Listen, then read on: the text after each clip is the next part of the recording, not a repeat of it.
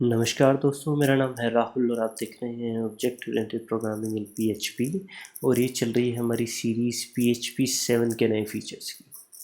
तो दोस्तों, हमारे इस वीडियो में हम लोग बात करेंगे एक और नए फीचर की पीएचपी 7 के नए फीचर की, जो कि है ग्रुप इंपोर्ट। ग्रुप इंपोर्ट क्या होता है मैं आपको बताता हूँ। उससे पहले आपको पता होना चाहिए कि नेम स्पेसेस कैसे काम करते हैं। नॉर्मली तो वैसे हम लोग एक फ़ाइल में एक क्लास बनाते हैं हमारे ऑटो लोडर के काम करने के लिए, ठीक है। और यहाँ पे अपने एग्जांपल में मैं आपको, हालांकि नेम स्पेस भी कवर हो जाएंगे इसमें थोड़े से। हम लोग नॉर्मली जब नेम स्पेस डिक्लेयर करते हैं ना, name space is equal name space app मान लीजिए, और यहाँ पे हम लोग क्लास डिक्लेयर कर देते हैं जो भी है, ठीक है। लेकिन अगर हमें एक ही फाइल में मल्टीपल नेम स्पेसेस बनाने हों तो वो भी हो सकता है। उसमें आपको बेसिकली ये सेमीकोलन हटा के यहाँ पे ब्रैकेट्स देनी होती हैं, कर्ली ब्रेसेस, और उसके बीच में आप लोग अपनी क्लास डिक्लेयर करनी है या फंक्शन डिक्लेयर करने हैं, जो भी आपने करना है इस नेम स्पेस में कर सकते हो। और फिर दूसरे नेम स्पेस में करने के लिए अनदर नेम स्पेस आप एक और नेम स्पेस डिक्लेयर करके और कर्ली ब्रेसेस दे देते हो। ये चीज़ PHP 7 की नहीं है, लेकिन आपको नहीं पता हो शायद, इसलिए मैं पहले बता रहा हूँ। क्योंकि जो ग्रुप इंपोर्ट है वो बेसिकली नेम स्पेस में, एक नेम स्पेस में दूसरे नेम स्पेस से हम लोग क्लासेस इंपोर्ट करते हैं ऊपर यूज़ लगा के। तो उसके लिए या तो मैं यहाँ पे पहले कंपोज़र अपनी जेसन फाइल बनाऊँ और फिर मल्टीपल क्लासेस बनाऊँ अलग अलग फाइल्स में, और फिर उसके वो करूँ। तो उससे अच्छा मैंने सोचा कि एक ही फाइल में मैं यहाँ पे मल्टीपल नेम स्पेस बना लेता हूँ, ठीक है। तो इस तरह से आप लोग कर सकते हो, मैं आपको बता रहा था, ठीक है। तो इसके लिए हम लोग एक एग्जांपल लेते हैं। मान लीजिए नेम स्पेस है हमारा एक कंट्री का, ठीक है। और उस नेम स्पेस के अंदर हमारी क्लास डिफाइंड है एक इंडिया, ठीक है, और एक क्लास डिफाइंड है पाकिस्तान, या जितने भी आप कर सकते हो, दो ही बहुत हैं फ़िलहाल के लिए, इंडिया और पाकिस्तान। मेरे सबसे ज़्यादा व्यूअर्स इन्हीं दो कंट्रीज से हैं, हालांकि अगर आपको ना पता हो, ठीक है। ओके।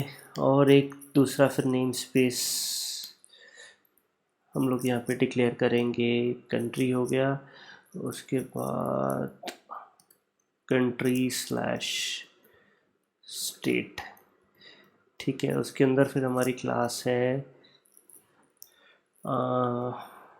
पंजाब, ये दोनों तरफ है, इंडिया में भी पाकिस्तान में भी है, ठीक है। चलो ये बहुत है, एक क्लास बहुत है इसमें। और फिर एक हमारा नेम स्पेस है ऐप का, जिसमें हम लोगों को एक्चुअली काम करना है, ठीक है।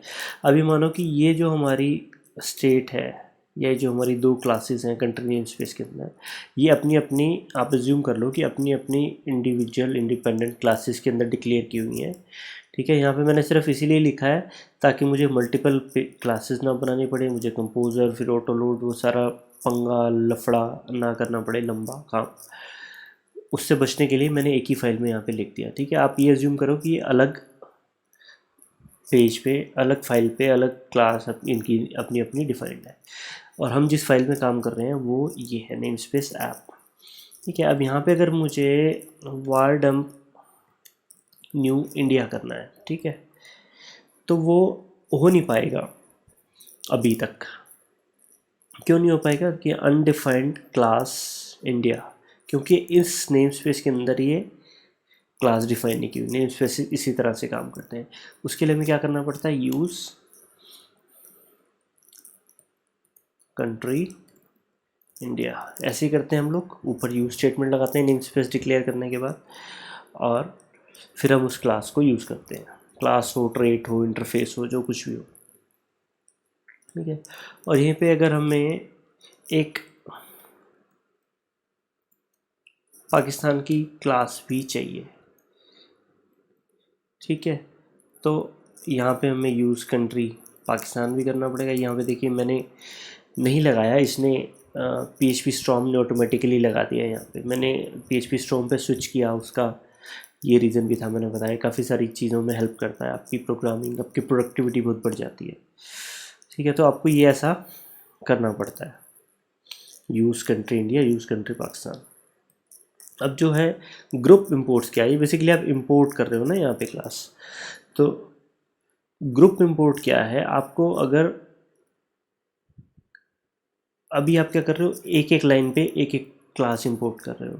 अभी ये 2 हैं, अगर यहाँ पे अगर आपकी 5 हो 8 हो जाती है, कोई बड़ी बात नहीं। मैं अभी आपको एक प्रोजेक्ट खोल के दिखाऊँ, मैं अभी जिस पे काम कर रहा हूँ उसमें 10 10 12 12 इंपोर्ट्स हैं ऊपर लगी हुई, ठीक है। तो अगर आपकी ज़्यादा हो जाती है तो वो बिना बात की जगह भी लेता है और कोड भी बढ़ता है बेफालतू का, है ना। तो उसके लिए ग्रुप इंपोर्ट कैसे यूज़ कर सकते हो आप, तो अगर एक पर्टिकुलर नेम स्पेस के अंदर से आपको मल्टीपल क्लासेस लानी है, तो अलग अलग लाइन पे ना लिख के आप क्या करोगे, यहाँ पे कंट्री लिखने के बाद यहाँ पे पैरेंथेसिस लगा दोगे, ठीक है। और फिर इसके अंदर इंडिया, पाकिस्तान, जितनी भी आपने क्लासेस इंपोर्ट करनी हो, अब आप इस लाइन को हटा दो, तो वैसे का वैसे काम करेगा, ठीक है। और यहीं पे अगर आपको मान लीजिए ये भी चाहिए, मतलब कोई नेस्टेड नेम स्पेस है, जैसे ये कंट्री के अंदर स्टेट है, तो ये भी आप पहले क्या करते थे, उसकी एक और अलग से लाइन लग जो लिखते थे, अलग स्टेटमेंट बनती थी, use country slash state slash Punjab ऐसे। लेकिन यहाँ पे अब आप क्या कर सकते हो, यहाँ पे आप कर सकते हो स्टेट स्लैश पंजाब। कंट्री के अंदर आप हो, उसके आगे वहीं से आप चल सकते हो। पहले आप ऐसा नहीं कर सकते थे PHP 5 में, लेकिन PHP 7 में अब आप ये कर सकते हो। है हालांकि छोटी सी चीज़ है, लेकिन जब आपको वही कह रहा हूँ, जब आप बड़े प्रोजेक्ट्स पे काम करते हो और इतने सारे इंपोर्ट्स हो जाते हैं ऊपर पेज के ऊपर, तो पता लगा जी आधा पेज 20 लाइनें जो है पहली, वो तो इंपोर्ट में ही भर गई, तो वहाँ पे ये चीज़ यूज़फुल हो सकती है, ठीक है। इसलिए ये PHP 7 में इंट्रोड्यूस की गई है। और बस इतना सा ही काम है इसका, कुछ लंबी चौड़ी कहानी नहीं है। हालांकि ये वीडियो ग्रुप इंपोर्ट से ज़्यादा नेम स्पेस पे हो गया।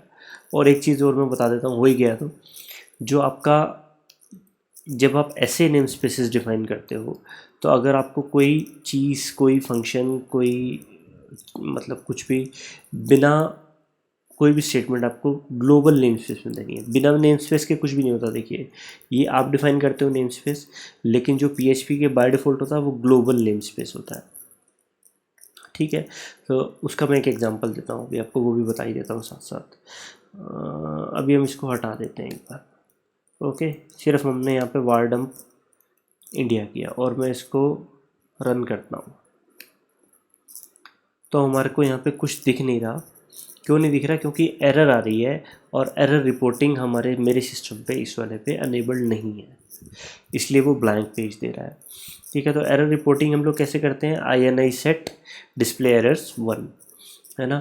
और वो हमें करना होता है ग्लोबल नेम स्पेस में।